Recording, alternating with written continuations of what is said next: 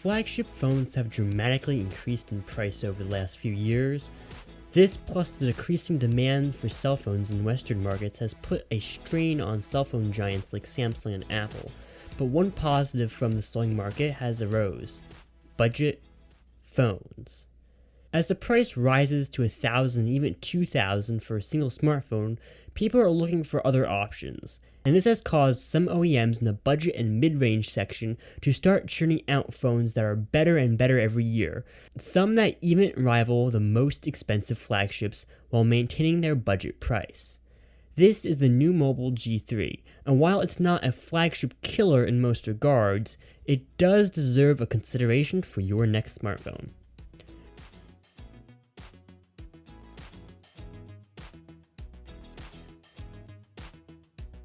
With the budget smartphone market booming, we have seen so many great options for smartphones. But one major drawback: the US doesn't get the same love from these budget manufacturers. Take a look at the top 5 smartphone manufacturers in 2018, and a lot of them are names that might sound unfamiliar, especially for my US friends. Number 2, Huawei. Number 4, Xiaomi. Number 5, Oppo. These names are unfamiliar because almost all of them don't compete in the US market. But another thing that connects them all is that they make some of the best budget and mid-range smartphones available right now. Now, what does this have to do with the new Mobile G3? Well, a lot. The new Mobile G3 is one of the few worthwhile budget phones available in the US that I have tried. Yes, Motorola has been great, but that's pretty much where they stop.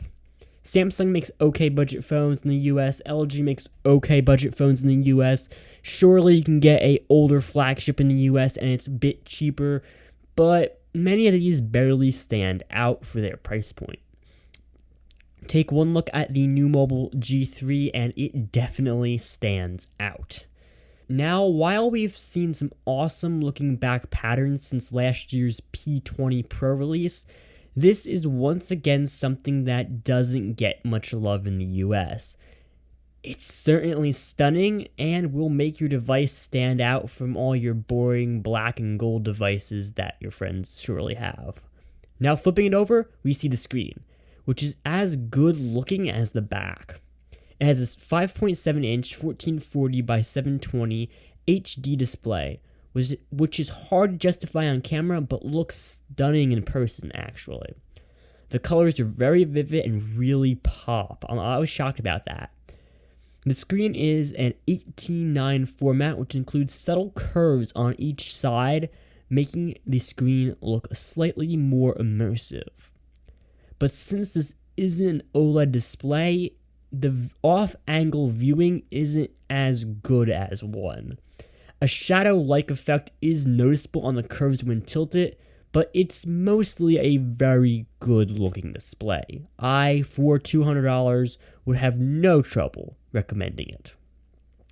The front has minimal infinity display-like bezels, but they are a little chunkier and larger than the S8 and S9 devices, but it's easier to forget about these than a notch. Going into using this phone, I didn't think I would like the fact that the bezels are blue, but again, it's something that you really have to see in person to truly judge. If you don't like the blue bezel idea though, New does sell a red version of this phone which comes with standard black bezels. On the top of the phone, we see an earpiece, our typical sensors, and a 13 megapixel camera, which I'll talk a little bit more about later. We also see two of my favorite things to see in smartphones. 1, a notification light, and 2, the front-facing flash. Now, if you know me, you know I hate the flash. I barely use it, and the flash on any of my phones is used more as a flashlight than it ever is to take photos with. So why do I like seeing a front-facing flash? My answer: it's a useful feature. And why not add a feature for people who do use selfie cameras at night? If the feature can be added, why not add it? And that's always been my thought on smartphones. Why take away or not add features that can very easily fit in? And yes, I do know that most flagship screens use the actual screen to flash, but in times I do notice that this changes the picture quite a bit, while the actual flash module doesn't as much. I know only a handful of phones actually do feature this, but I think it's actually pretty good for manufacturers to keep including it if they actually can fit it in. Now let's flip it around again and take a look at the cameras. There is a 13 megapixel and 5 megapixel rear camera. While yes, one of them does have a higher megapixel count than some flagships, that doesn't automatically mean they are great. Something that was key to this camera was light and patience. The pictures came out very usable and absolutely sharp enough that because of Instagram's compression, you will get photos that look like any other when you post them. But to get those results, once again, patience and light is your best friend. Take a look at these photos of textbook pages, for example. When trying to take them fast in a particularly well-lit environment, they came out all blurry and not able to read anything on the page. Why? This camera needs a bit of time to process after hitting the shutter button. So you can't just take a photo and put your phone back in your pocket like you would with most other phones. You do have to wait a few extra seconds. But when I do say a few extra seconds, I actually mean a few extra seconds just holding up your phone after you've clicked the shutter button. But when you do, you get things like these, which are all great looking pictures for a $200 phone. Video also comes out good, but does have a slight grainy effect to it. Again, not bad for $200, just not the best I have ever seen on a similar priced phone.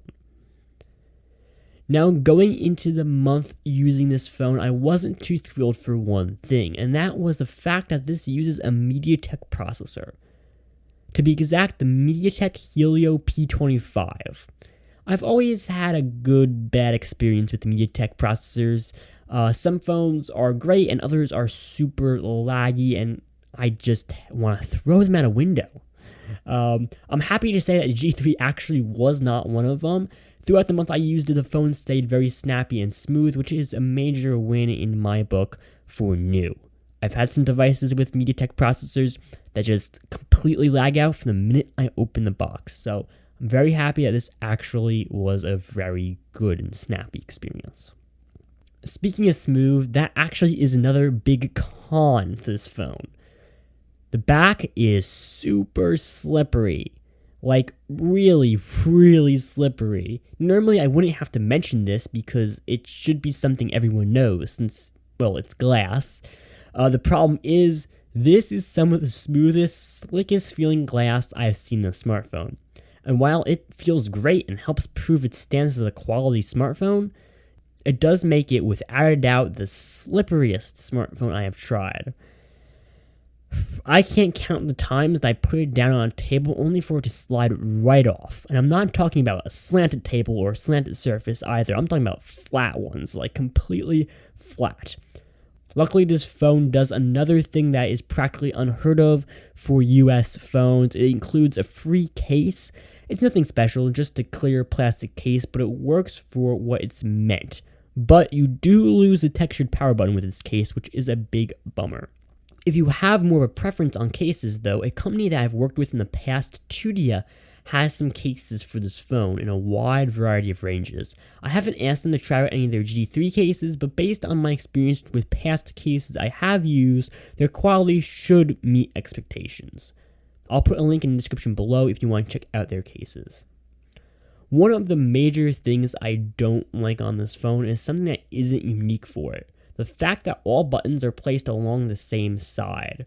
Many phones have been doing this recently, and I just don't like it. I found myself clicking the volume down button instead of power a lot. New does put texture on the power button, but like I said before, if you're using the case, and you probably will want to, then you do lose that functionality. I believe 2DS cases have in the past featured that though, so that might be something you want to look into. For everything this phone offers and the sheer fact that not many come close to offering a phone like this for this price, I am not hesitant to recommend the phone, though I would say hold off on your purchase, as the new Mobile G4 is coming out anytime now. If you do need a phone right now, the G3 is actually on sale for $179. Its normal price is $199, which is the price I quoted throughout this entire video. And for a phone like this, $179 is excellent, especially for a US consumer who would otherwise have no products that come even close to it. Thanks for watching.